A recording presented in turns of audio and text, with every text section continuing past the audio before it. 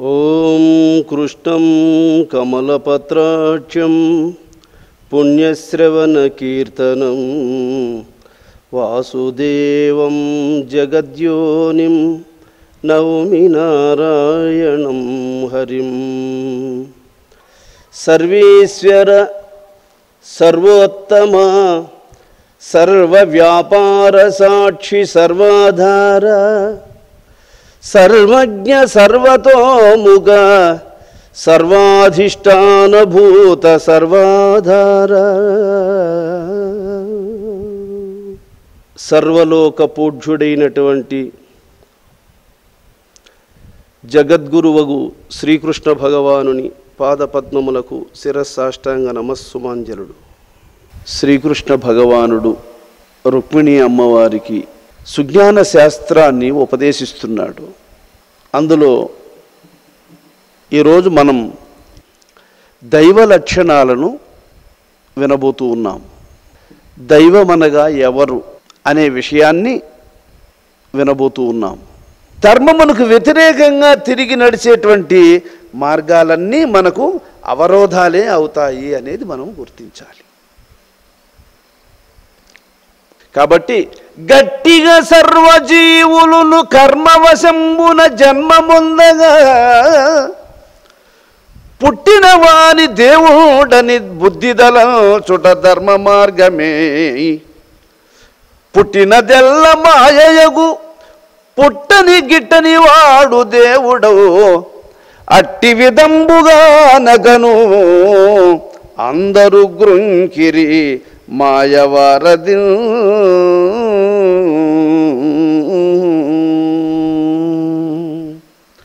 పుట్టిన వాళ్ళందరూ సర్వజీవులు కర్మాధీనులై జన్మిస్తారు, కర్మలను అనుభవిస్తారు, కర్మ పరిపాకము అనుసరించి శరీరాలను వదిలేస్తూ ఉంటారు. కాబట్టి దేవుడనగా పుట్టినవాడు కాదు, పుట్టుగిట్టులు లేకుండా ఉండేటువంటి వాడు దేవుడనే విషయాన్ని గ్రహించిన వాళ్ళు ఉద్ధరింపబడుతున్నారు, గ్రహించకుండా ఉండేవాళ్ళు జీవితాన్ని అనర్థంగా పోగొట్టుకుంటూ ఉన్నారు. రుక్మిణి దైవమెవ్వడో వానినే దలల్చవలయు కాని వాని భావింపకారెవరును వెలయ తమ తండ్రి ఉండగా వేరేయగని తండ్రి మారుగా భావింప తండ్రి యగునే.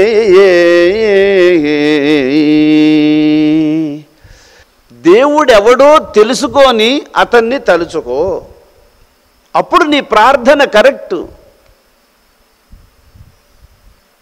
నీ నోములన్నీ ఫలిస్తాయి. అంతేగాని మన నాయన్ని వదిలిపెట్టేసి ఇంకొకరిని నాయనగా భావిస్తే అది కరెక్ట్ అవుతుందా? తండ్రి అవుతాడా? అలాగా దైవం ఎవరో ముందు తెలుసుకోవాలి, తండ్రిని తెలుసుకున్నట్టు దైవాన్ని తెలుసుకోవాలి. అలాగే సమస్త సృష్టిని ఏ మహాసత్యము రక్షిస్తూ ఉన్నదో ఆ సత్యము ఎప్పుడు పుట్టుక లేకుండా గిట్టుకు కారణం లేకుండా ఉంది. దానిని మహర్షులు మనకు తెలియజేస్తూ ఉన్నారు. శ్రీ విభుని అజుని శంభుని దేవేంద్రుని దేవతలటల్చు భావింపనేలా తమలో దేవుడు వెలుగుందుచుండ దిననిసి అనక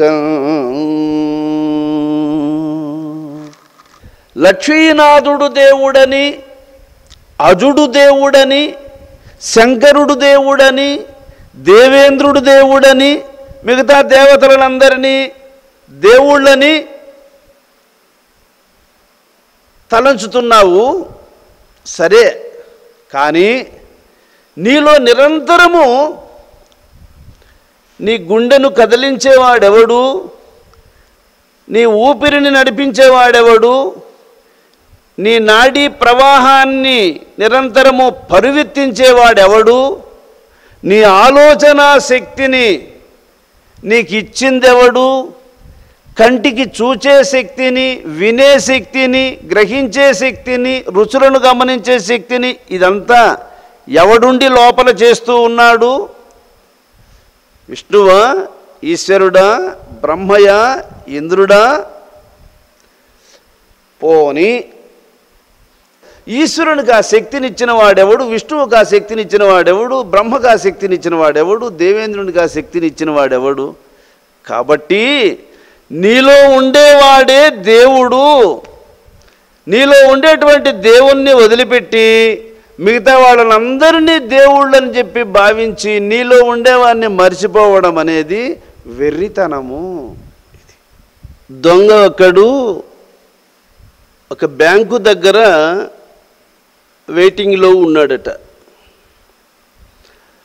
ఆ బ్యాంకులో ఒక అతగాడు ఒక 10 లక్షల అమౌంట్ను డ్రా చేసుకున్నాడు. అది వీడు చూశాడు. చూసి ఆయన వెంటబడాడు. సరే, ఆయన ట్రైన్ టికెట్ ఎక్కడి వరకు తీసుకుంటున్నాడో చూచాడు. ఇతడు కూడా టికెట్ తీసుకున్నాడు. అక్కడి వరకు టికెట్ తీసుకున్నాడు. అతడు ఏ బోగీలో కూర్చున్నాడు అదే బోగీలోనే ఆయన కూడా టికెట్ ఓకే చేసుకున్నాడు. ఈ అమౌంట్ ఎత్తుకొని వస్తున్నటువంటి ఆయనతో కూడా బండి ఎక్కాడు వాడు కూడా. సరే, ఆయన సీట్లో ఆయన పడుకున్నాడు. వీడు దొంగ కదండి, వీనికి నిద్ర వస్తుందా? మేల్కొని ఉన్నాడు. ఆయన బాగా గొరకబెట్టి నిద్రపోయే సమయంలో ఈ అమౌంట్ కొట్టేయాలని చెప్పి వెతికాడు. ఆయనకు తెలియకుండా వెతుకుతున్నాడు. వెతికితే ఎక్కడ కనపడలా. ఏంది ఇది? ఇప్పుడు ఆయన డ్రా చేసుకున్నది చూశాను, ఆయనతో కూడా బండి ఎక్కాను, ఇంకెక్కడికి వెళ్ళలేదు, అది ఆయన దగ్గరనే ఉంది అనడానికి ఇది గ్యారంటీ. ఏమి ఇంత వెతికేస్తున్నాను, ఎక్కడ కనపడలేదే, ఏంది ఇది అని ఆలోచన చేశాడు. సరే, అర్ధరాత్రి తరువాత ఆయన లేచి బాత్రూమ్ వెళ్ళాడు. బాత్రూమ్ వెళ్ళిన తర్వాత ఇంకా బాగా క్లియర్గా దారాడేసినాడు. వెతికితే కూడా ఎక్కడ దొరకలా. సరే, ఏమై ఉండొచ్చు అని ఆయనకి దిక్కు తెలియక ఇంకా ఆయన బాత్రూమ్ నుంచి వచ్చిన తర్వాత అన్నీ సర్దుకుంటున్నాడు. ఇంకా ఒక 2 కిలోమీటర్ల దూరంలో ఇంకా ఆయన స్టేజీ వస్తుంది. ఆ స్టేషన్లో ఆయన దిగేస్తాడు. దిగేసే సమయానికి వీడు దగ్గరికి పోయి నమస్కారం చేశాడు. సార్, నేను దొంగను సార్. నువ్వు అమౌంట్ డ్రా చేసుకునేది నేను చూశాను, నిన్ను వెంబడించి వచ్చాను. నువ్వు పడుకొని నిద్రపోయిన తరువాత మొత్తం అంతా వెతికేశాను. నువ్వు బాత్రూమ్ వెళ్ళిన తర్వాత ఇంకా నీ పడకంతా కూడా వెతికేశాను. నేను చాలా సీనియర్ దొంగను సార్. నేను ఇంతవరకు నా ప్లానింగ్ ఎక్కడ ఫెయిల్ అయిందిలే సార్. కానీ నీ విషయంలో మాత్రము ఇంత కరెక్ట్గా నేను ఫాలో అయితే కూడా నాకు అది అందలేదంటే ఇంతకు ఎక్కడ పెట్టారు సార్ మీరు అని అడిగాడట. ఈ లోపల ఆయన స్టేషన్ వచ్చేసింది. దిగేటప్పుడు ఆయన చెప్పాడట ఒక మాట, ఒరే నాయనా, నేను నీ తల కిందనే పెట్టాను రా, నీ దిండు కింద పెట్టాను, నీ దిండి కింద పెట్టాను రా నేను. నువ్వు నా దిండి కిందనే ఇంత ఉందని సంగతి నీకు తెలియదు. నువ్వు దాన్ని వెతకుండా నువ్వు నా దిండి కింద దారాడినావురా, నువ్వు నా పడకంతా దారాడినావు, కాబట్టి నీకు అది దొరకలేదురా. అది ఎప్పుడు కూడా మనిషి తనలో ఉన్నటువంటి సత్యాన్ని మరిచిపోతాడు, బయట ఉన్నాడు దేవుడని వెతుకుతాడు, అందువల్లనే వాడు ఏమీ పొందలేడు. బాయ్, దిగేస్తానని చెప్పి దిగేసి వచ్చేసాడంట ఆయన.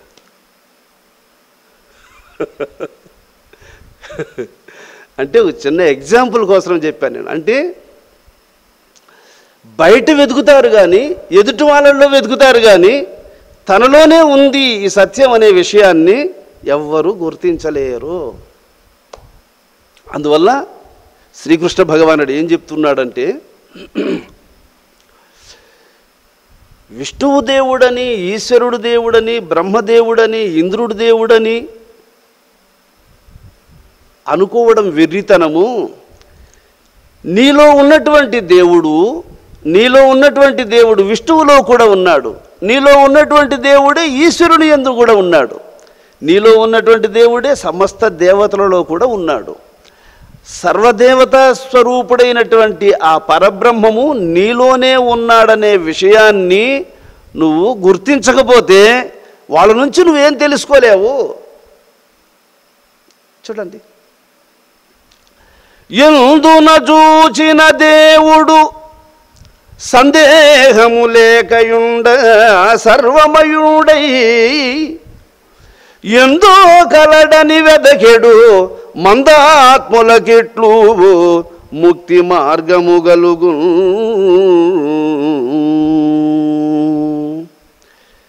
ఎందు చూచినా అసలు డౌట్ లేకుండా ఉన్నాడు భగవంతుడు. సర్వమయుడై ఉన్నాడు ఆయన. ఈ రహస్యాన్ని ఎలా తెలుసుకోవాలి అనేదాన్ని ఒక్కదాన్ని నువ్వు పెద్దలను ఆశ్రయించి తెలుసుకోవాలి. కానీ ఎక్కడో ఉన్నాడని దేవుణ్ణి భావించే అంతకాలము నువ్వు ఆయన్ను తెలుసుకోలేవు. ఎక్కడో ఉన్నాడు దేవుడు అని భావించే అంతకాలం నువ్వు ఆయన్ను తెలుసుకోలేవు. అంతటా ఉన్నటువంటి ఆ ఈశ్వరుడు తనలో కూడా ఉన్నాడనేటువంటి రహస్యాన్ని సర్వజ్ఞులైనటువంటి మహాత్ములను ఆశ్రయించి తెలుసుకోవాలి. అంతే, వేరే మార్గం లేదు. కాబట్టి రుక్మిణి, గురుమూర్తి కరుణ లేకయే పరతత్వము కాచరాదు బ్రహ్మకునైన నరులెంత వారలైనను తరమగునే తమగు తామే దర్శింపగల్.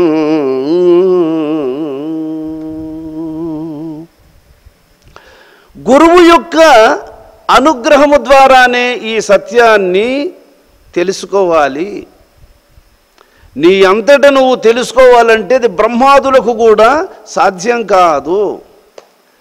కాబట్టి బ్రహ్మ ఈరోజు దేవుడుగా, విష్ణువు దేవుడుగా పూజింపబడుతూ ఉన్నారు అంటే వాళ్ళు వాళ్ళ గురువు ద్వారా ఆ సత్యాన్ని తెలుసుకొని ఆ సత్యమునందు నిలబడి ఆ సత్యాన్ని అలా దర్శించి దానితో కలిసి ఉన్నారు కనుక పూజింపబడుతున్నారు.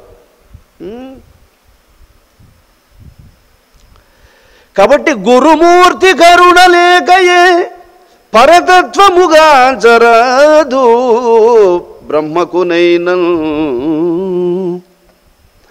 నరులెంత వారలైనను తరమగునే తమగు తామే దర్శింపగల్. తనంతట తానే దర్శించడానికి ఎవ్వరికి సాధ్యం అవ్వదు. ఇది గురువు యొక్క అనుగ్రహంతో రావాల్సిందే. రుక్మిణి, రామాయని శివశివాయని వేమారులు నోటగొణిగి విపరీతముగా ఏమి ఘటించిరి ఆత్మారాముని కనుగొనక ముక్తి రాదు దలంపం. ఎంతోమంది రామ రామ రామ అని అనేవాళ్ళు, శివ శివ శివ శివ అనేవాళ్ళు ఉన్నారు. ఎప్పుడు జపమాల ఒకదాన్ని ఇలా పెట్టుకొని తిప్పుతూ ఉంటారు. కానీ తన ఆత్మయే రాముడని, ఆత్మయే ఆ శివుడని గ్రహించకుండా ఉన్నవాళ్ళు ఏమి తెలుసుకుంటున్నారు రుక్మిణి? కాబట్టి ఆ ఆత్మయే రాముని యొక్క స్వరూపము, ఆ ఆత్మయే పరమేశ్వరుని యొక్క స్వరూపము, ఆత్మయే సమస్త సృష్టి యొక్క స్వరూపము, సమస్త దేవతల యొక్క స్వరూపము. ఆ ఆత్మ అన్నిటికీ ఆధారంగా ఉంది, అన్నీ అయి ఉంది, అన్నిటికీ విలక్షణంగా సాక్షిగా ఉంది. అన్నమన్నమనిన ఆకలి తీరదు, తినినగా నిక్షుత్తు తీరిపోదు, కాశి కాశి అనిన కాశికి పోరాదు, దీపమన్న వెలుగో రూపుగాదు. ఆకలిగా ఉన్నటువంటి వాడు అన్నమో రామచంద్ర అనుకుంటా ఉంటే వాని ఆకలి తీరుతుందా? అది తింటే తీరుతుంది. కాశీ కాశీ అని ఇంటికాడ కూర్చొని అనుకుంటా ఉంటే కాశీ కనపడుతుందా? అక్కడికి ప్రవేశిస్తే కనపడుతుంది. దీపం పేరు చెప్పుకుంటా ఉంటే చీకటింట్లో కూర్చొని చీకటి పోతుందా? దీపం వెలిగించుకుంటే పోతుంది, చీకటి తొలుగుతుంది కదా. అలాగే రామ రామ రామ, శివ శివ శివ అనుకుంటా ఉంటే దానివల్ల ఆయన తెలుసుకోలేవురా నాయన. రాముడనగా ఎవడు అని పెద్దల ద్వారా తెలిసి స్మరించు. అప్పుడు వ్యాధిని తెలుసుకొని దానికి తగినటువంటి మెడిసిన్ సేవిస్తే అప్పుడు రోగం మీద కరెక్ట్గా అది ఫైట్ చేస్తుంది, అప్పుడు అది లోపడుతుంది. వ్యాధిని గుర్తించకుండా చేసే ట్రీట్మెంటు అది నిరుపయోగం అయ్యేదే కాకుండా సైడ్ ఎఫెక్ట్ ఇచ్చి పేషెంట్ను ఇంకా ఇబ్బంది పెడుతుంది. అలాగే భగవంతుడనగా ఎవడు అని గుర్తించి ఆయనను ఉపాసించాలి. జ్ఞాన మార్గమెరుంగజాలని జడులచే ప్రతిమార్చనంబులో ప్రబలమాయే. జ్ఞానంబు గురుని చేగాంచిన ధన్యులు ప్రతిమలారాధింప పరగరిపుడు. మూఢులై ప్రతిమల పూజించుటే గాని చెప్పునే మోక్ష సంసిద్ధి తెరవు. విశ్వంబులో ఆత్మవేత్తను సేవించి పూజించి సాష్టాంగములు నొనర్ప. సాంఖ్యమును తారక అమనస్కములు తెల్పి జ్ఞాన మార్గం బెరింగించి కడకు అచల భావమెంతయు సూచించి ప్రజల మోక్షగతిని జందంగజేయునుగాక గురుడు.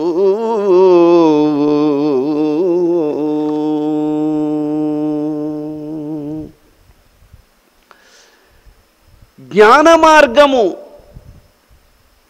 తెలియనటువంటి వాళ్ళ కోసరమై విగ్రహాలను ఏర్పాటు గావించి ఆలయాలను నిర్మించి విగ్రహారాధనను ప్రారంభించారు. దేవుడు ఎలా ఉంటాడో తెలియనటువంటి వాళ్ళు విగ్రహారాధన చెయ్యాలి. దేవుడు తన హృదయములో ఉన్నాడు అని తెలుసుకున్నటువంటి యొక్క మహాత్ములకు విగ్రహారాధన లోకాదర్శనం కోసం చేయవచ్చు, చేయకపోవచ్చు. చేసినా తప్పు కాదు, చేయకపోయినా వాళ్లకు నష్టము, అది తిరస్కారము కాదు. అయితే ఆ హృదయములోనే సర్వసాక్షి అయినటువంటి పరమాత్మ ఉన్నాడనే విషయము గురుని చేగాచిన ధన్యులు. గురువు ద్వారా అంతర్యామి హృదయములో ఉన్నాడని తెలుసుకుంటారు. తెలుసుకోవడమే కాకుండా సాంఖ్యమును తారక అమనస్కములను తెల్పి జ్ఞాన మార్గం బెరింగించి కడకు అచల భావమెల్తయు సూచించి ప్రజల మోక్షగతిని జందంగజేయునుగాక గురుండు. సాంఖ్యము అమనస్కము ఈ రెండిటికి మధ్యలో తారకం. తారక మంత్రాన్ని గురువు ఉపదేశిస్తాడు. సాంఖ్య మంత్రము అని చెప్పల, అమనస్క మంత్రము అని చెప్పల, పరిపూర్ణ మంత్రము అని చెప్పల. తారక మంత్రము అని మాత్రము, తారకానికి మంత్రం అనే పేరు వచ్చింది. దాని మాత్రం ఎందుకు? సాంఖ్యముంది, అమనస్కముంది, పరిపూర్ణముంది, కానీ వీటికి మంత్రం అనే పేరును ప్రయోగించల. కానీ తారకమునకు మాత్రమే తారక మహామంత్రము అని చెప్పాడు. మంత్రమని ఎందుకు చెప్పాడు అంటే, తంత్రం ఈ శరీరము, తంత్రాన్ని నడిపించే శక్తి కనుక దానికి మంత్రం అని పేరు వచ్చింది. ఈ తంత్రం అనేటువంటి ఈ శరీరాన్ని నడిపిస్తూ ఉంది కనుక దానికి మంత్రం అనే పేరు వచ్చింది. అందుకు ఈ శరీరాన్ని ఏది రక్షిస్తూ ఉన్నదో దానిని ఉపదేశించి శరీరానికి మూలమైనటువంటి సాంఖ్యాన్ని చెప్పుకుంటూ వచ్చాడు. పంచమహాభూతములైదు, జ్ఞానేంద్రియములైదు, కర్మేంద్రియములైదు, పంచతన్మాత్రలైదు, అంతరేంద్రియములు 4, ఈ 24తో కూడి నిర్మింపబడినటువంటి శరీరములో నివసించేవాడు జీవుడు 25వ వాడు. ఈ శరీరములో నివసిస్తున్నటువంటి జీవుణ్ణి రక్షించేటువంటి వాడు పరమాత్మ 26వ వాడు.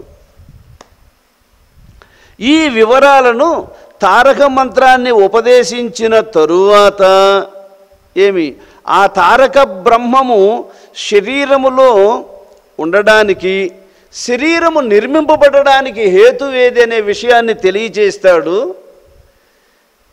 తర్వాత ఈ శరీర నిర్మాణాన్ని గురించి తెలుసుకొని, శరీరములో ఉన్నటువంటి తారక మంత్రమును తెలుసుకొని, దాని ద్వారా మనస్సు అనేటువంటిది ఒకటి ఉంది.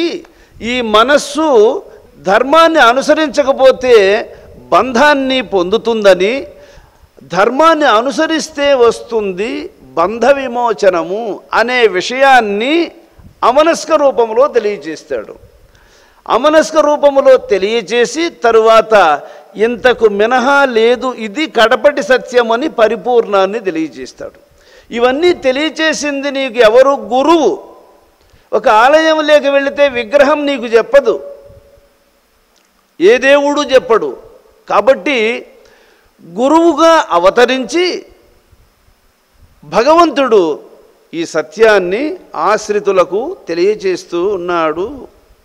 కాబట్టి ఈ విశ్వము భగవత్ స్వరూపంగా తెలుసుకోవాలి. సమస్త దేవతా స్వరూపాలు భగవత్ స్వరూపంగా గుర్తించాలి. సర్వజీవులు భగవద్ అవతారములుగా గుర్తించాలి. ఇది గుర్తించడానికి నీకు కావలసింది తత్వజ్ఞానము. యోగ బలం ఉన్నటువంటి వానికి తత్వజ్ఞానం వస్తుంది. ఎవనికి తపోబలం ఉంటుందో అతడు అందరినీ దైవస్వరూపాలుగా గుర్తించగలుగుతాడు.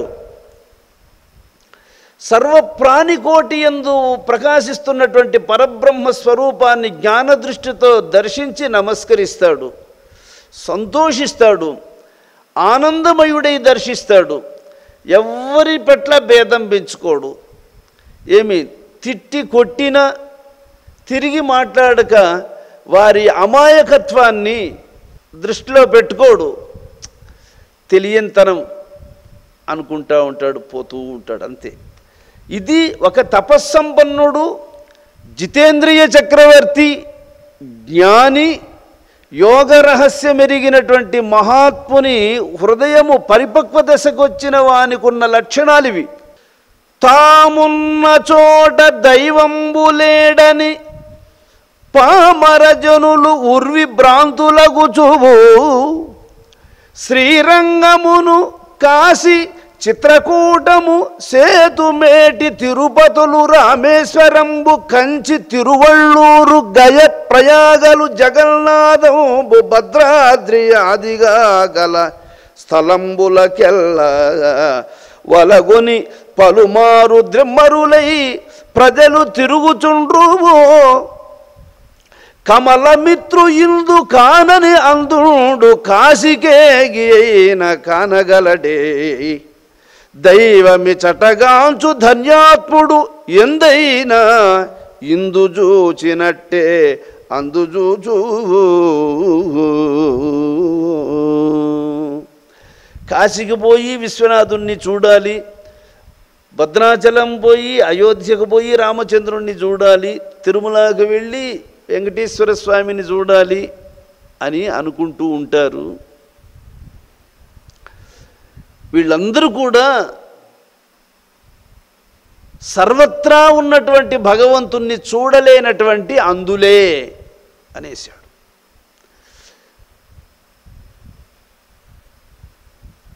ఇక్కడ సూర్యుణ్ణి చూసేటువంటి దృష్టి నీకు ఉంటే ఎక్కడికి పోయినా నువ్వు ఆ సూర్యుడిని చూడగలుగుతావు. అలాగే ఇక్కడే దైవం ఉన్నాడనే విషయం నువ్వు తెలుసుకుంటే అంతటా ఉండేది ఆయనేనని తెలుసుకుంటావు. అందువల్ల జ్ఞానులు ఎక్కడికి తిరగాలని వాళ్ళు అనుకోరు. ఎందుకని అంటే అంతటా ఉండేవాడు ఇక్కడున్నాడు, ఇక్కడ ఉండేవాడే అంతటా ఉన్నాడు. ఏడున్నవాడిని చూడడానికి ఇంకొక చోటికి వెళ్ళాల్సిన అవసరం లేదు. కాబట్టి మహాత్ములందరూ స్థిరమైనటువంటి మనస్సు గలవారై ఉంటారు. రూపిణి ఇందున లేడని దేవుండందున తిరుగుచుండు అజ్ఞానులిలా ఇందందు ఎందు సర్వమునందున కలడంచు జ్ఞాని ఆరయుచుండు. అజ్ఞానిగా ఉండేవాడు ఏడలేడు దేవుడు ఆడుండాడు, నేను దర్శనానికి పోయిస్తానని పోతూ ఉంటాడు.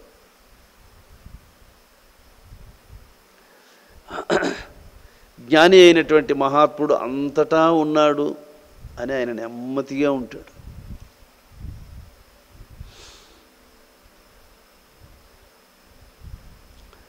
మిక్కిలిగా చదివి మిడుగుచుందురుగాని తమలోని దైవంబు తలపలేరు.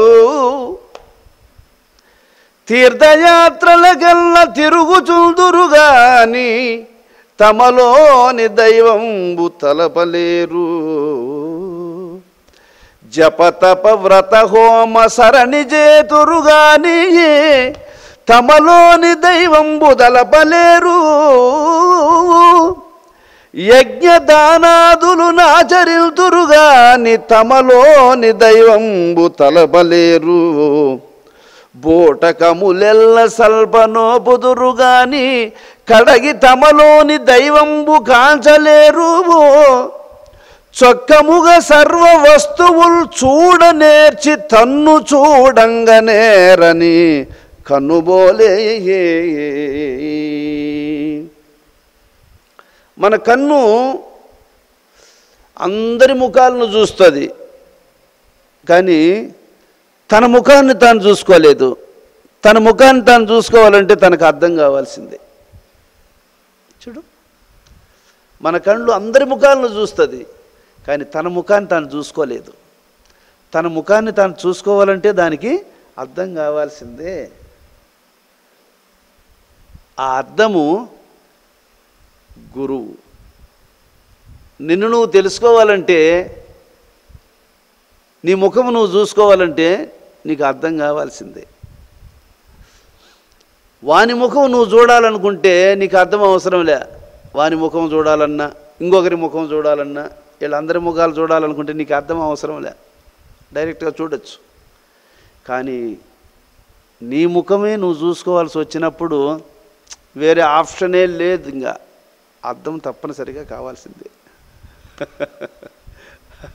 అదేవిధంగానే నీలో ఉన్నటువంటి పరమార్థాన్ని నువ్వు తెలుసుకోవాలి అంటే గురువు కావాల్సిందే, వేరే మార్గం లేదు. అది చెప్తున్నాడు. ఎన్ని చదువులు చదివి ఎన్ని విన్నను గాని హీనుడు అవగుణంబు మానలేడు. బొగ్గు పాలకడుగ పోవునా మలినంబు విశ్వదాభిరామినురవేమ అని ఒక పండితుడు నన్ను 1993లో ప్రశ్నించాడు. స్వామి, మీరు పాల వంటి వాళ్ళే, నేను ఒప్పుకుంటాను, కానీ నేను బొగ్గు వంటి వాడిని.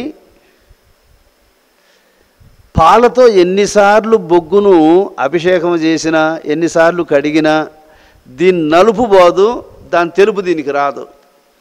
నేను అట్లా మూర్ఖుణ్ణి, నువ్వు జ్ఞానివే కావచ్చు, నువ్వు ఎంత బోధించినా నేను మారను, నన్ను మార్చను, కుదరదు. దీనికి నీ దగ్గర ఆన్సర్ ఉందా? ఉంటే చెప్పు అని అడిగాడు నన్ను. దానికి నేను ఒక మాట చెప్పాను, నాయనా, బొగ్గు నల్లగా ఎందుకు ఉంది అంటే అది ఒకప్పుడు నిప్పే.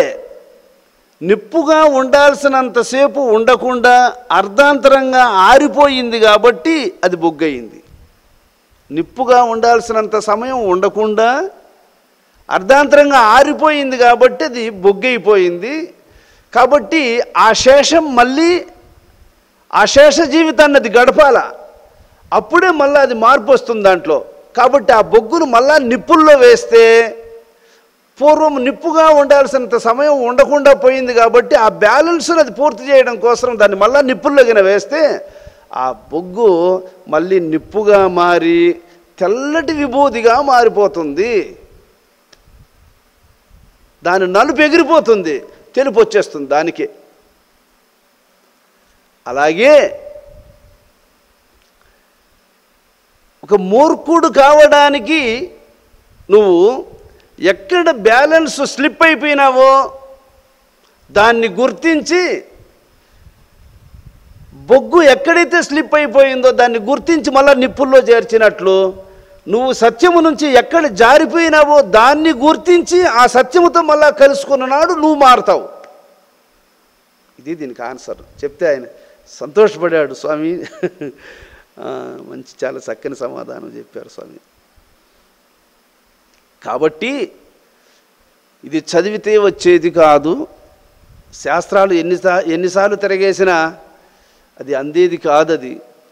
అది నిజమైనటువంటి భగవత్ పరితాపం ఉన్నటువంటి హృదయము గల పుణ్యాత్మునికి ఒక గొప్ప గురువు లభిస్తాడు. నిజంగా కేశవానంద స్వామి అంతటి గురువు మనకు లభించాడు అంటే, నేను బాల్యము నుంచి రహస్యంగా భగవంతుని గూర్చి కన్నీళ్లు పెట్టుకొని నిరంతరము నా చెంపల మీద నీళ్లు కారి కారి కారి అట్లే కర్రగట్టేసి ఉంటాయి. ఎవరైనా మనుషులు కనపడితే తుడుచుకొని మామూలుగా పోతూ ఉంటా. ఎప్పుడూ భగవంతుని గురించి చింతించేవాడిని నేను. భగవంతుని ఎలా తెలుసుకోవాలి, ఎట్లా తెలుసుకోవాలి, మనం ఎందుకు జన్మించాము, అసలు జన్మించిన దానివల్ల ఉపయోగం ఏముంది, అసలు జన్మానికి ఎందుకు రావాల్సి వచ్చింది, ఎందుకు వచ్చి ఇది తగులుకున్నాంరా ఇక్కడ, ఇది బాల్యం ఎప్పుడు గడిచిపోయేది, యవ్వనం ఎప్పుడు దాటుకునేది, ముసలితనం ఎప్పుడు వచ్చేది, ముసలితనం వచ్చిన తరువాత వస్తుందేమో మరణము, అంతదాకా దీన్ని ఎట్లా గడపాలా అని నాకు ఒక ప్రశ్నగా మిగిలేది ఇదంతా. ఇట్లాగా ఆలోచన చేస్తూ నేను ఎప్పుడు నాలోనే నేను చింతన మదనపడుతూ ఉండేవాడిని. కాబట్టి భగవంతుడు నాకు ఒక గొప్ప అవతార పురుషుడైనటువంటి గురువు దగ్గరికి నన్ను తీసుకుపోయి చేర్చాడు. అందుకే నేను అప్పుడప్పుడు చెప్తూ ఉంటా, వీళ్ళు నిజ మహాత్ములని మనకి ఎట్ట తెలిసేది, నిక్కమైన గురుడు చిక్కుట కష్టంబు టక్కు గురులకెందు లెక్కలేదు, అరయ కాంచనంబు అరుదు కళ్ళ ఇత్తడి లేదే కొల్లగాను అని శాస్త్రం చెప్తూ ఉంది. నిజమైనటువంటి మహాత్ములు అవునా కాదా అనేది మనకెట్ట తెలుస్తుంది, మనకు అంత పరిజ్ఞానం లేదు కదా. వాళ్ళని తెలుసుకుని వాళ్ళని శోధించి వాళ్ళ వెయిట్ ఏందో తెలుసుకొని వాళ్ళని ఆశ్రయించడానికి తగినంత జ్ఞానం మనకు లేదు. మనం ఎట్లా వీళ్ళని తెలుసుకోగలుగుతాము అని మనం విచారిస్తే, నిజంగా నీళ్లు పల్లాన్ని తెలుసుకొని ప్రవహించినట్లు భగవంతుని గురించి నువ్వు నిజంగా పరితపిస్తే అటువంటి గురువు సమీపానికి ఆయన తీసుకుపోతాడు, చేరుస్తాడు అనడానికి నా జీవితం ఒక నిదర్శనం. నీకు కావలసింది ఒక నిజాయితీ. నిజమైనటువంటి భగవత్ పరితాపం ఉన్నటువంటి హృదయము గల పుణ్యాత్మునికి తప్పకుండా భగవంతుడు సంరక్షింపబడేటువంటి మార్గాన్నే సూచించి ఆ మార్గంలో నిన్ను నడిపిస్తూ ఉంటాడు. నేననుచునెప్పుడు మానక వచయించుచుండు మానవుడరజల్, నేనెవ్వడని తనుతాగానడు దేహంబే తానుగా గనుగొనుచున్. ఎప్పుడన్నా నువ్వు ఎవరితోనైనా మాట్లాడేటప్పుడు, అరే నేను ఇప్పుడు రావాలనుకుంటున్నాను నీ దగ్గరకు, ఈరోజు వస్తున్నాను, నేను ఈ పని చేయాలనుకుంటున్నాను, నేను ఇక్కడికి వెళ్ళాలనుకుంటున్నాను, నేను ఈరోజు ఇది కొనాలనుకుంటున్నాను అని నేను నేను నేను అనేదాన్ని అనేక సందర్భాల్లో ప్రస్తావన చేస్తూ ఉంటాడు. ఆ నేను అనే విషయాన్ని ప్రస్తావన చేస్తూ ఉంటాడు, కానీ నేనంటే ఎవరు అనే విషయాన్ని తెలుసుకోలేడు. నేనంటే ఎవరు అనే విషయాన్ని తెలుసుకోలేకుండా నేననగా దేహమే అనుకుంటాడు. నేననగా శరీరమే. పాపం 7 దోవ తప్పిపోతాడు. అందువల్ల దీన్ని అరుణాచల రమణ మహర్షి గారు నేనెవరు అని ప్రశ్న వేసుకున్నాడు. ఆయనే శరీరము నేను కాదు అని ముందు తేల్చుకున్నాడు. ఎప్పుడు ఇది తేలిపోయింది అంటే వాళ్ళ తండ్రి మరణించింది ఆయన చూచాడు. మరణించినటువంటి తండ్రిని ఆ దేహాన్ని భూస్థాపితం చేసింది ఆయన చూశాడు.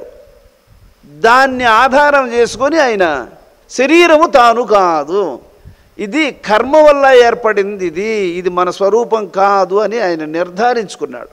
తన తండ్రి విషయంలోనే ఈ విషయాన్ని పరిశీలనాత్మకంగా గ్రహించాడు. అందువల్ల దేహము నేను కాదు, కానీ ఇంక నేనెవరు, ఇదే ఆయన అన్వేషణ. అదే శ్రీకృష్ణ భగవానుడు ఇక్కడ చెప్తున్నాడు. నేననుచు ఎప్పుడు మానకవచియుచుండు మానవుడరయ. ప్రతిదానికి నేను వస్తున్నాను, నేను చేస్తున్నాను, నేను ఈ కార్యాన్ని చేస్తున్నాను, నేను ఫలానా వాడిని, ఇవన్నీ ఆ నేను అనే దాన్ని వాడుతూనే ఉంటాడు. కానీ నేనెవ్వడనని తనుతా కానడు, దేహంబే తానుగాగా కనుగొనుచు. శరీరమే తాను అనే భావాన్ని దృష్టిలో పెట్టుకొని మాట్లాడుతుంటాడు. అరే హరిహర దాతలకైనను గురుడే తెల్పంగవలయు గురుమర్మంబు. నరులెన్ని పాటుబడినను గురుమర్మము తెలియవసమే కుంభినిలోన.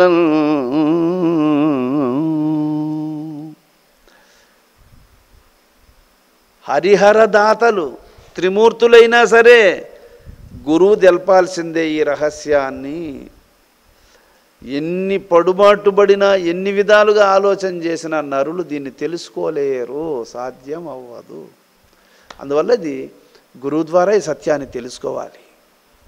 కొందరు వైకుంఠముపై, కొందరు కైలాసమందు, కొందరు స్వర్గమందున, కొందరు అజుపురమందున బ్రహ్మగొందు అవియో మాయగగనుమీ. చింత చేయనేల శివలోకమునకును ప్రాప్తమునకు మించు ఫలము గలదే. వెండి కొండ మీద వెలయంగ నుండిన ఈశ్వరుండు భిక్షమెతవలసే.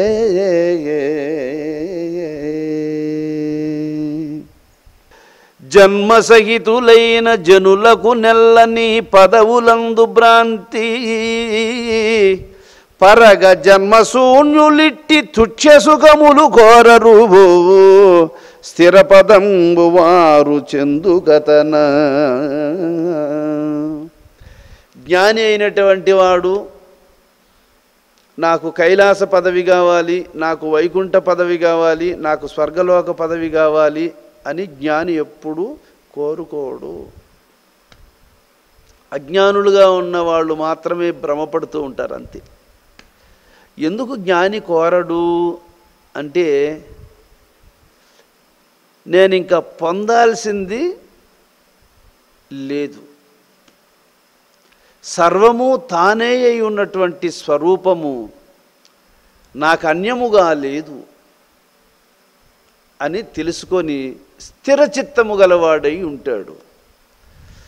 కాబట్టి ఆ పరబ్రహ్మ స్వరూపమును తెలిసి ఆ సత్యముతో కలిసిన మనస్సు కలిగినటువంటి మహాత్ములే నిజమైనటువంటి దైవాన్ని గుర్తించిన మహాత్ములు. రుక్మిణి, దైవం అనగా ఎవరు స్వామి అని అడిగితే ఏమి, సమస్త దేవతలకు